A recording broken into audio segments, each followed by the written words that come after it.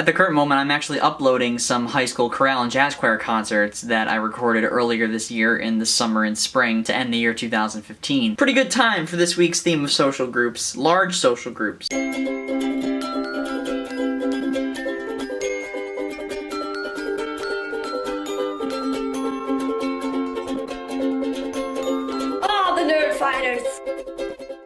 I saw this in Veritasium's video, Derek explained it, and I also saw it in a book I read at one point. It talked about the power of strong ties and weak ties in terms of social groups that you have within communities. Because I found myself in a lot of leadership positions in high school and in middle school, I was always intermingling with a lot of different social groups, as well as having a core group of friends. The clubs that I participated in, Italian club, philosophy club, book club, even larger social groups through school. I had the kids TV show Move It I did for 2 years for WSKG, so that was an out-of-reach social group with a bunch of different age people. I had FCCLA and youth leadership. That got me around New York State and actually to national conference. Science research group through high school, core group of students in the same class, creating symposiums at the high school and traveling to competitions for the projects that we conduct. A lot of weak ties in that, but again, a lot of strong ties within my class. And then jazz choir and chorale, a group that changed throughout the years and had graduating seniors leave. I stepped in, and then more people that were younger stepped in as I progressed in that group. So that group intermingled as well with all the age ranges from freshmen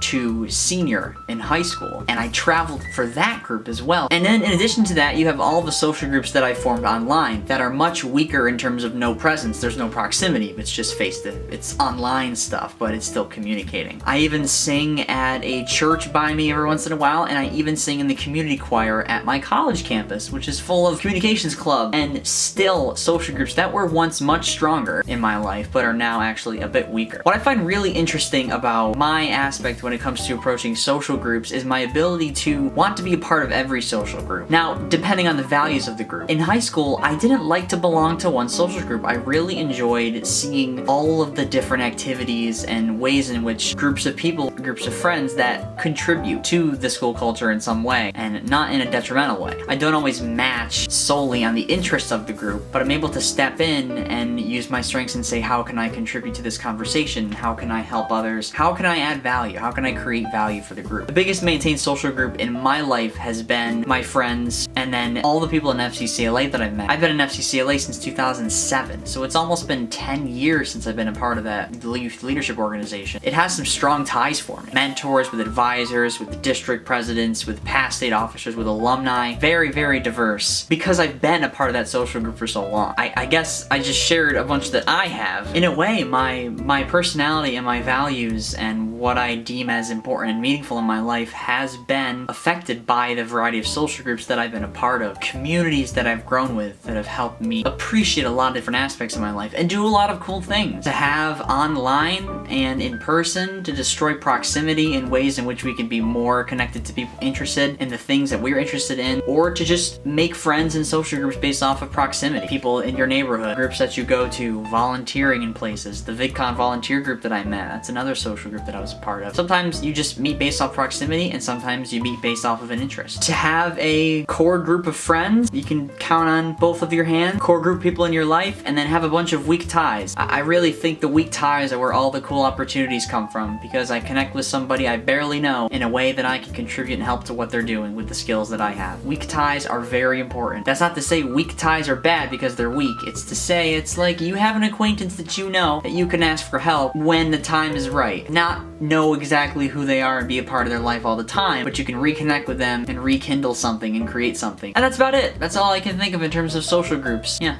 So what about you? What social groups are you part of? What do you contribute to? What value do you create? Do you agree with the things I said? Do you disagree with the things I said? I don't know. Let me know down in my diaphragm. Keep being you, DFTBA, and blank. I will see you tomorrow.